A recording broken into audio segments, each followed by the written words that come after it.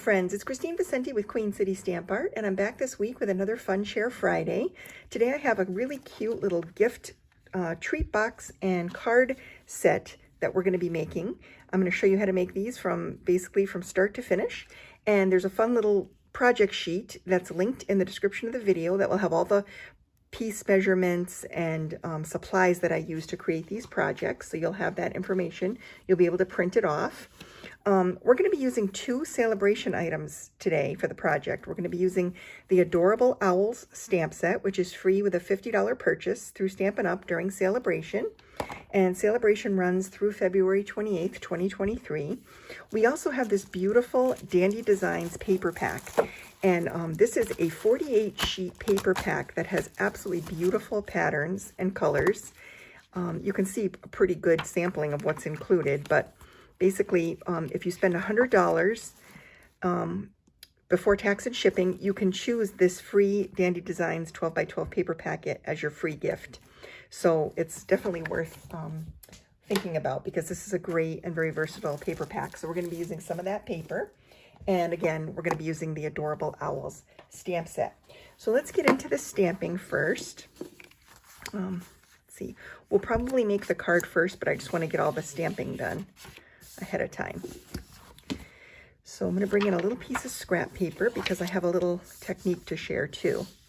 So let's get our Momento black ink. We're going to be coloring the owls in today, and I'm only using a few colors. I like to color my owl with the Crumb Cake light and dark Stampin' Blends markers. I like to make his eyes yellow. This is the light So Saffron, and his beak and feet will be the dark Petal Pink today, so that it matches the project. So I'm going to start with the little owl, and I'm using the flying owl from that set. And I'm just going to stamp him right here on this rectangle of white cardstock. And then I'm also going to stamp him on the circle because we're going to put him on the gift box. And so I'm going to stamp him right here in the circle. And you guys will get all the coloring done at once. And then we're going to use the sentiment, "Hoot hoot, you're so cute." And what I've done is I've cut another little circle using the Stylish Shapes dies, and I scored a little line about a ½ inch up to make it easy to wrap around the base of the card. And I'll show you how that all goes together when we're in the assembly, at the assembly point. So right now we're just going to color these in quickly, and I'm going to speed up the video just to get these colored in fast for you, so you can watch me kind of quickly. But I'm going to start with my dark Crumb Cake, and I'm going to color the outline or the outside portion of the owls with the dark, then the inside portion, the face and the belly with the light, his eyes yellow, and his feet and beak Petal Pink. So I'm going to speed this part up, and you'll get to see me quickly color him in.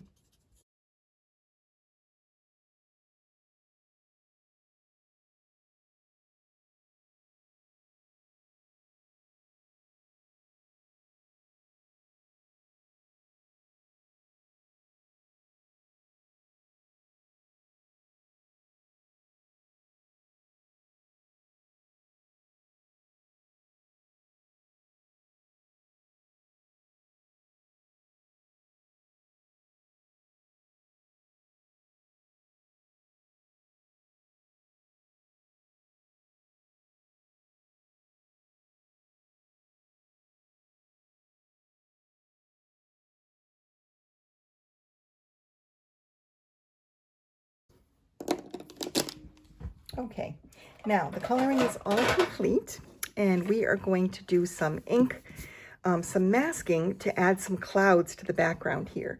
So the way I'm going to do this, I'm going to set this aside for a second and bring in my die cutting machine. And I have a die set, one of the border die sets. Let me grab the basic border dies, and that's item number 155558. The basic border dies come with a whole variety of little border shapes that you can cut for the edge of your cardstock. And one of them happens to be this really cute little cloud border. It's a stitched cloud border. We're going to use it to create a stencil. So I'm going to lay my plates here on the mini cut and emboss machine, and I've got a piece of scrap cardstock that it doesn't matter how big it is. I just liked it. I wanted it to be longer than this piece just so that it makes a nice little mask. It creates a little mask and a cute little stencil that would fit properly. So I'm just going to lay that down and run it through my machine to create the stencil edge. And if you wanted, you could even cut this using a piece of our clear cardstock, which is an acetate material, so that you can use it over and over again. I don't mind cutting a new one because I don't do this technique very often, but it's a really fun technique, and I wanted to share it with you. So I'm just going to set those aside. And now we have this really cute little stencil. So I'll bring this back in. Now I don't want to get ink all over my owl, especially his eyes. And although I'm using Balmy blue to do the stenciling, I want to make sure that he's covered. So I have some Post-it notes. Now we do have masking paper, but I don't feel like this is really a place where you need the heavy-duty masking paper. I've got just a little Post-it note, and I'm going to bring my ink pad back in for a second, and I'm just going to stamp my owl on the Post-it note. Now I'm stamping him so that the sticky part is near his belly and his feet, because that's the part that I really want to stick down, and you'll see why in a second. But basically then I'm going to take my scissors and I'm going to I'm not going to really carefully, I'm just going to kind of go around the edge. It doesn't have to be perfect. It's not like one of those masks where you have to be right up against the line to make it work good. It's just really to protect his eyes and his the lighter parts of his belly and everything from the blue ink. So I'm just going to kind of go around the edge quickly. I'm not really being super careful. I'm just kind of, you can see I cut his ears off and everything, and that was totally fine in this case. Now what I'm going to do is just kind of lay this on top so that his head is mostly protected and his little feet, everything's kind of protected. And now it's sticky down here because when I use my stencil, I'm going to be brushing this way, kind of up and around. And so as long as he's stuck down here, when I brush up, I'm not going to catch the edge that is not stuck down. So that's why the sticky note works just fine in this case. So now to get that cute little cloud background, I'm going to take my Balmy blue ink pad and a blending brush, and I'm going to pick up some of this ink, and I'm just going to position my stencil across the background that I want to create. I'm going to touch my blending brush to the stencil itself. Oops. And then I'm going to hold it firm and just start brushing the ink on along the edge. And I just want to brush it along the edge of the clouds. I don't need to go crazy, just a little bit off the edge of the clouds. And I get this really cute little cloud background. Now to provide a little variety so it doesn't look so, it looks a little bit more random, I just move the stencil slightly and tilted it at an angle. And I'm just going to keep doing that as I go down the page. I'm just going to tilt it a little bit. And I don't want to go too high into the white part that I created because I want there to be some definition of the clouds. If you blend it too closely or put too much ink, you end up covering the cardstock with the ink color, and then you don't see any definition or cloud shapes. But at least this way we get some nice cloud shapes. Now I'm going to take the little mask off that protected him from all that ink, and now it looks like he's flying in the sky, not just in a white space. So it's a very simple technique. It's a very easy thing to do, but it creates a nice background for the flying owl. So I can save this and use this for future owl cards. And now I can pull this off because I'm done with the scrap, and we can finish putting the card together. So this is a side folding landscape card. It's just 4 1/4 by 11, scored at 5 1/2. Give that a nice crisp fold, my bone folder. And then I am going to add my little sentiment. I'm going to fold it on the little score line that I made. And I'm going to add some adhesive to this. And I just did this as a different way to add the circle to the card instead of just putting the full circle.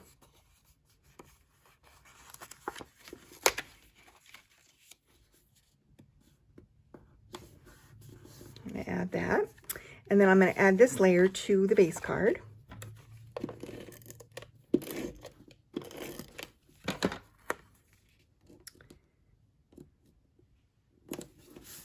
Like that. And then I have a layer of that Dandy Designer Series paper. So I'm going to add this also to the base card. And I cut a piece that measures 5.5 by 4.25, so it covers the entire front of the base card. Just like that. And then this layer I'm going to pop up with dimensional adhesive. So I'm going to pull out my dimensionals and add a few to the back here.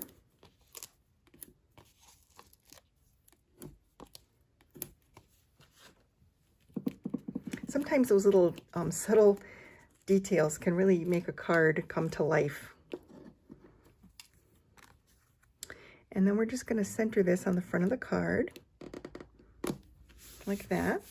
And then I have some of that really pretty Real Red and Burlap Ribbon combo from the spring, the January to April mini catalog.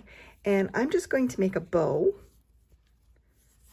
like this to put on the front. Just trim that up.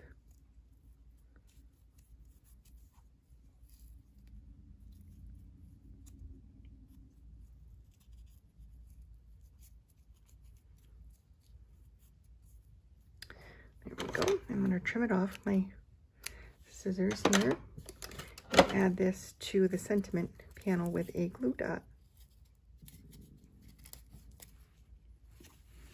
Like this. And then I had taken some of those cute little hearts from the teacup set, and I'm going to add a few of these to the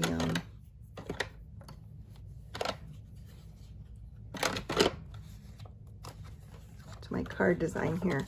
So I'm going to pull this out and I'm going to add some adhesive to the back, and then I'm going to pick them up with my take your pick tool or my scissors. Maybe I could just use my fingers actually, and just add a few little hearts to the owl in the sky next to the owl. Just like that. So that's the little card that I made. And so I can add my own little Valentine message on the inside, but I thought that was so cute. I love the little clouds in the background. It really looks like he's flying, so it's really fun. Now we're going to make a little treat box that will coordinate, and we've already colored our owl in, so we can move on to the box creation. So for the little box, you're going to need a little piece of cardstock that coordinates with your card. So I picked Sweet Sorbet because the mat is a Sweet Sorbet. And so this measures 7.5 by 3.5. And I have a couple of little panels of Designer Series paper that measure 2.5 by 2.5. Yeah, 2.5, I think so. Let me just make sure. Oh, 2.25 by 2.25. And so this little piece measures, again, 7.5 by 3.5. And on the long edge, we're going to score it at 2.5, 3.5, 6, and 7.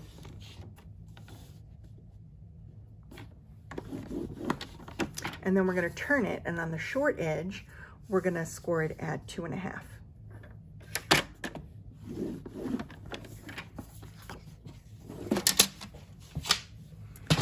And now we're going to need our snips again.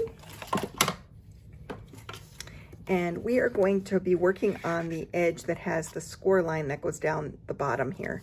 It's the bottom of the box. So we're just going to, I'm just going to cut some little V's to create little flaps for the bottom of the box on either side of the score line, right up to the horizontal score line. And this will create little flaps for us to glue together to make the bottom of the box. This is a really simple little box project.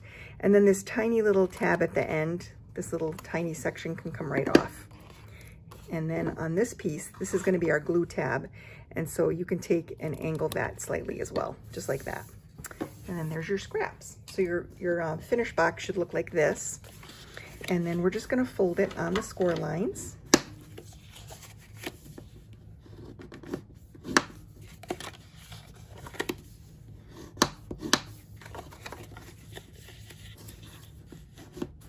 And then we are going to add some adhesive. Let me just see how this goes. Okay, we're going to add some adhesive. I'm going to be using the Terran tape for my box because I like how that holds the box together. I would recommend this, or Stampin' Seal Plus, or even liquid adhesive is fine. And then I'm also going to add some adhesive to this flap right here.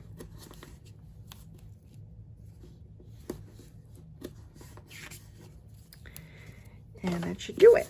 And then I'm just going to burnish these well so that the release paper comes off good. So for the sides, we're just going to pull this piece off. And then this panel will line up perfectly with the side.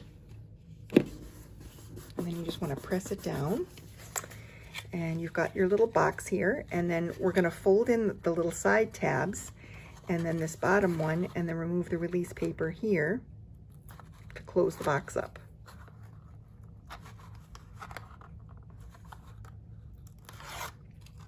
And this little box is great for like little candy treats, or you could even stick a little gift card in here. It would stick out the top, but it's perfect for candy. And then, so this is the kind of the finished little box, and then we're going to decorate the front of it with these 2 pieces of designer series paper. So these match the paper that I had chosen for the card background. So I'm just going to add these panels to the front and flip it over and add a panel to the back. Just finish it nicely.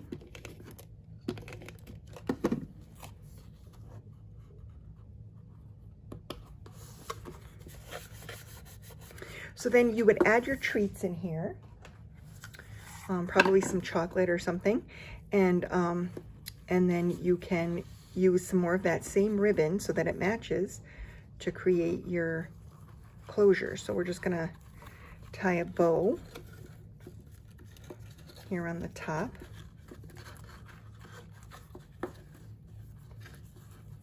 Actually, I think I'm going to need a little bit more so that my bow is a little bit bigger.